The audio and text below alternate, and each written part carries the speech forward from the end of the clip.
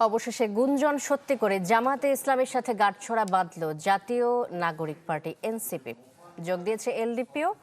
বিকেলে জাতীয় প্রেস ক্লাবের সংবাদ সম্মেলনে এ ঘোষণা দেন জামাত আমির ডাক্তার শফিকুর রহমান। তিনি জানান, এ বিষয়ে এনসিপি অবস্থান জানাবে রাতে। দলগুলোর মধ্যে আসন সমঝোতা প্রায় শেষ পর্যায়ে, যদিও সংবাদ সম্মেলনে এনসিপির কেউ উপস্থিত ছিলেন না। নানা আলোচনা সমালোচনা ছাপিয়ে অবশেষে জামায়াতের নেতৃত্বাধীন জোটেই যুক্ত হলো গণ অভ্যুত্থানের মধ্য দিয়ে গড়ে ওঠা দল জাতীয় নাগরিক পার্টি এনসিপি। সাথে যুক্ত হয়েছে বিএনপি থেকে বের হওয়া কর্নেল অলি আহমেদের নেতৃত্বাধীন এলডিপিও। জাতীয় প্রেস ক্লাবে ৮ দলের জরুরি সংবাদ সম্মেলনে ১০ দলীয় নির্বাচনী জোটের ঘোষণা দেন জামায়াতের আমির ডাক্তার শফিকুর রহমান। আলহামদুলিল্লাহ, আজকে আরও ২টি দল আমাদের সাথে সম্পৃক্ত হয়েছেন।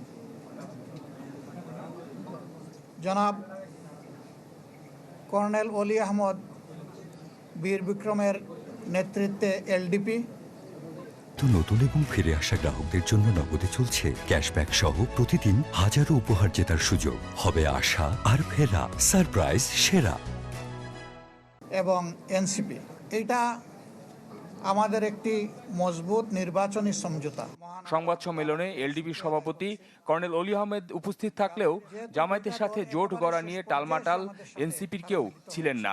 এর ব্যাখ্যাও দেন জামায়াত আমির। তাদের আহ্বায়ক নাহিদ ইসলাম সরাসরি কথা বলেছেন, আমাদের সকলের সাথে আমরা উপস্থিত ছিলাম এবং তিনি তাদের সিদ্ধান্ত আমাদেরকে অবহিত করেছেন। তারা আরেকটি প্রেস কনফারেন্স করে তাদের সিদ্ধান্ত আপনাদেরকে ইনশাল্লাহ জানিয়ে দেবেন।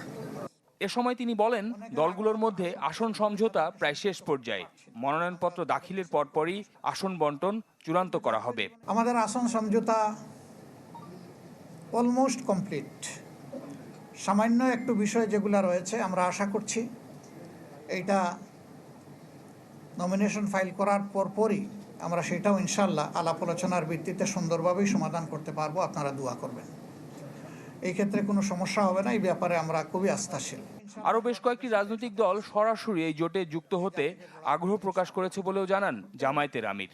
আমরা সেভাবে তাদেরকে সম্পৃক্ত করতে পারছি না, আমরা তাদের কাছে দুঃখ প্রকাশ করছি, কিন্তু জাতীয় জীবনে ইনশাল্লাহ আমরা তাদের সাথে একসাথে কাজ করব। শফিকুল ইসলাম সবুজ, চ্যানেল 24, ঢাকা।